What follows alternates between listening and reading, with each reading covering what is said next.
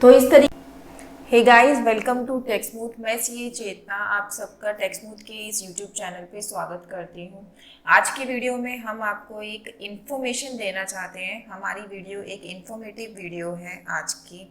जैसे कि आपको पता है कि अभी राइट नाउ जो है टीडीएस की पेमेंट्स हम कर रहे हैं। 7th जो है लास्ट डेट है, और इनकम टैक्स की जिनकी रिटर्न्स की पेमेंट पेंडिंग है अभी भी 7th will be last for that, उसके लिए भी पेमेंट्स की जा रही है। बट जब हम पेमेंट करने जाते हैं टीन एनएसडीएल की साइट पर, तो हो क्या रहा है कि जो बैंक हमसे परटेन करते थे, जैसे कि अगर आप कैनरा बैंक यूज़र हैं, आईसीआईसीआई बैंक यूज़र हैं, IOB bank, Indian overseas bank user हैं, तो हो क्या रहा है कि वो बैंक जब मैं पेमेंट करने जाती हूँ तो मुझे वो बैंक ही नज़र नहीं आ रहे। तो उस केस में सडनली दिमाग में आता है कि यार ये बैंक अचानक क्या डिपार्टमेंट ने क्या डिस्क्वालीफाई कर दिए, हम इस बैंक के थ्रू क्या पेमेंट ही नहीं कर पाएंगे।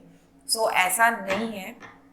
मैं आपको बता दूं, डोंट गेट सरप्राइज अगर आपको आपका बैंक ना मिले जब आप टैक्स की पेमेंट कर रहे हैं टीन एनएसडीएल की वेबसाइट से।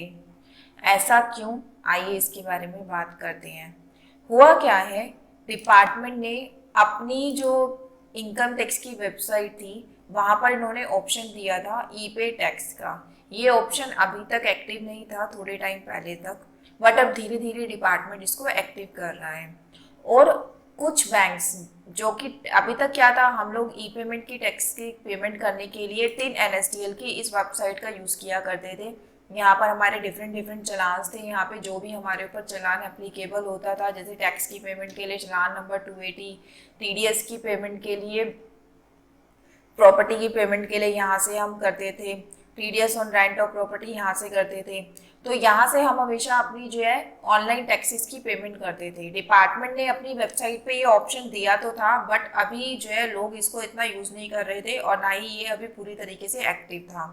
तो अब क्या चेंजेस डिपार्टमेंट ने लाए हैं, अगर आप अब टीन एनएसडीएल की वेबसाइट पे यहाँ से पेमेंट करने जाएंगे तो आपको सारे बैंक्स यहाँ से नहीं मिलेंगे। जैसे मैं ये पेमेंट आपको करके दिखाती हूँ। मैंने चालान नंबर 280 सिलेक्ट किया। यहाँ पे जब मैं बैंकिंग ऑप्शन में जाती हूँ तो यहाँ पे देखिए, ना तो आपका कैनरा बैंक है, ना इंडियन ओवरसीज बैंक है, ना आईसीआईसीआई बैंक है। ऐसे ही कुछ और बैंक्स भी है जो यहाँ पे डिस्प्ले नहीं हो रहे। डिपार्टमेंट ने क्या किया, इन बैंक्स को यहाँ से डीएक्टिवेट करके अपनी वेबसाइट जो कि आपकी ई पे टैक्स की वेबसाइट है यहाँ पे उसको एक्टिवेट कर दिया। यानी कि अगर आप कैनरा बैंक का ई पासवर्ड यूज़ करते हैं, आईओबी यूज़ करते हैं, आईसीआईसीआई बैंक यूज़ करते हैं, तो अब आप जो है टिन एनएसडीएल की वेबसाइट से पेमेंट नहीं कर पाएंगे अपने टैक्सेस की। आपको जो है इनकम टैक्स की वेबसाइट को यूज़ करके फिर अपने टैक्सेस को पे करना पड़ेगा। वो आप कैसे पे करेंगे, पहले मैं आपको बता दूँ कौन कौन से बैंक जो है यहाँ पे शिफ्ट हुए हैं। जब आप इनकम टैक्स की वेबसाइट पे जाएंगे, हम होम पेज पे, this is the home page. Home page पे यहाँ पे ऑप्शन है ई पे टैक्स। ई पे टैक्स पे जब हम गए, ई पे टैक्स के बाद जाने के बाद यहाँ पर इन्होंने मैसेज में डाला है कि कौन कौन से बैंक आप यहाँ से यूज कर सकते हैं। जैसे please fill the below detail for the tax payment through net banking, debit card, over the counter, NEFT, payment gateway for these bank. मतलब अगर आप इन बैंकों में डील करना चाहते हैं, लाइक आप एक्सिस बैंक होल्डर हैं, bank of India, bank of Maharashtra, Canara bank, central bank of India, federal bank, ICICI bank, Indian bank, Indian overseas bank, Karur Vysya bank, Kotak Mahindra bank, तो जितने भी अगर आप इन बैंक्स में डील करते हैं तो आपको जो है यहाँ पे लॉगिन करके तब टैक्स की पेमेंट करनी पड़ेगी। अब आप टीन एनएसडीएल की वेबसाइट को यूज करके अपना टैक्स पे नहीं कर सकते। तो इन शॉर्ट डिपार्टमेंट क्या कर रहा है, जो पब्लिक है उसको टीन एनएसडीएल की वेबसाइट से ना करके इनकम टैक्स की वेबसाइट की के ऊपर जो है रूट कर रहा है। क्योंकि जितने भी हमारे इंपॉर्टेंट बैंक्स हैं जो यूजुअली जिनमें हमारे अकाउंट्स होते हैं, जैसे कोटक हो गया, आईसीआईसीआई हो गया, आईओबी हो गया, एक्सिस बैंक हो गया, ये कुछ ऐसे बैंक हैं जो में जिनमें यूजुअली लोगों का अकाउंट होता ही होता है, और इन्होंने यहाँ पर उन्हीं बैंक्स को जो है शिफ्ट किया है। तो अगर आप यहाँ से पेमेंट करने जा रहे हैं तो आप इस पेमेंट को कैसे करेंगे, आपको करना क्या है, अगर आप इनकम टैक्स का या अपने डायरेक्ट टैक्सेस की पेमेंट कर रहे हैं, चाहे एडवांस टैक्स हो, चाहे इनकम टैक्स हो, वेल टैक्स हो, तो आपको यहाँ पर अपना पैन नंबर डालना है, देन अगेन पैन नंबर डालना है, मोबाइल नंबर डालना है। फिर जब आप कंटिन्यू करेंगे तो आपके पास मोबाइल पर ओटीपी आएगा। वो ओटीपी डाल के आपको जो है इसको ऑथराइज कर देना है।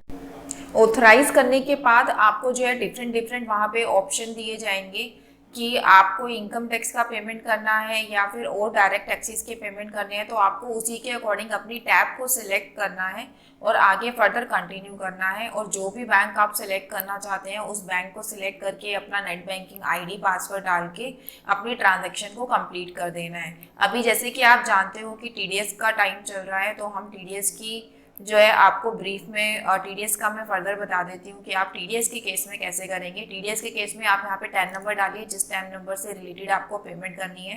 देन अगेन आप उस टैन नंबर को कंफर्म करेंगे, मोबाइल नंबर डालेंगे। मोबाइल नंबर आप यहाँ पे कोई भी डाल सकते हैं, ज़रूरी नहीं है वो आपका रजिस्टर्ड मोबाइल नंबर हो वेबसाइट पर। आप कोई भी मोबाइल नंबर यहाँ पे डालेंगे, वो ओटीपी जो है उस मोबाइल नंबर पे चला जाएगा। ओटीपी डालने के बाद आपको जो है कंफर्म करना है, आगे कंटिन्यू करना है। कंटिन्यू करने के बाद आपके पास एक मैसेज आया that you had successfully verified through mobile number. फिर उसके बाद हमें जो है यहाँ पे असेसमेंट ईयर अपना सिलेक्ट करना है कि किस असेसमेंट ईयर से रिलेटेड मेरे को टीडीएस की पेमेंट करनी है। लाइक अभी हम 23-24 के लिए कर रहे हैं। देन यहाँ पे टीडीएस के डिफरेंट डिफरेंट सेक्शन यहाँ पे मेंशन है कि किस किस सेक्शन में आप जो है यहाँ से पेमेंट कर सकती हैं। आपको प्रोसीड करना है और उस सेक्शन को सिलेक्ट करना है। देखिए यहाँ पे डिफरेंट डिफरेंट उन्होंने सेक्शन दे रखे हैं, आप यहाँ से भी सिलेक्ट कर सकते हैं, नहीं तो आप जो है ऊपर इन्होंने सर्च का ऑप्शन दिया है, यहाँ से भी आप अपना जो भी सेक्शन में आप पेमेंट करना चाहते हो उसको सेलेक्ट करके प्रोसीड करके उस पेमेंट को आगे कंटिन्यू कर सकते हैं।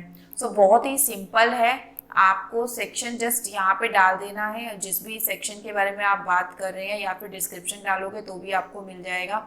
कंटिन्यू करने के बाद अब यहाँ पे देखिए पूरा चालान खुल के आया है कि आप कंपनी के लिए पेमेंट कर रहे हैं, अदर देन कंपनी के लिए कर रहे हैं, प्लस आपका टैक्स कितना है, सरचार्ज कितना है, सेस कितना है, ये सब चीज़ें इसमें आपकी जो है खुल के आ रही हैं। जस्ट आपको वो डालना है और अपनी पेमेंट को आगे प्रोसीड करना है। सो ये है हमारा पूरा प्रोसेस कि आप कैसे अपनी इनकम टैक्स रिटर्न की पेमेंट जो है टीडीएस की पेमेंट या फिर अदर टैक्सेस की पेमेंट आप कैसे ई टैक्स को यूज़ करके कर सकते हैं।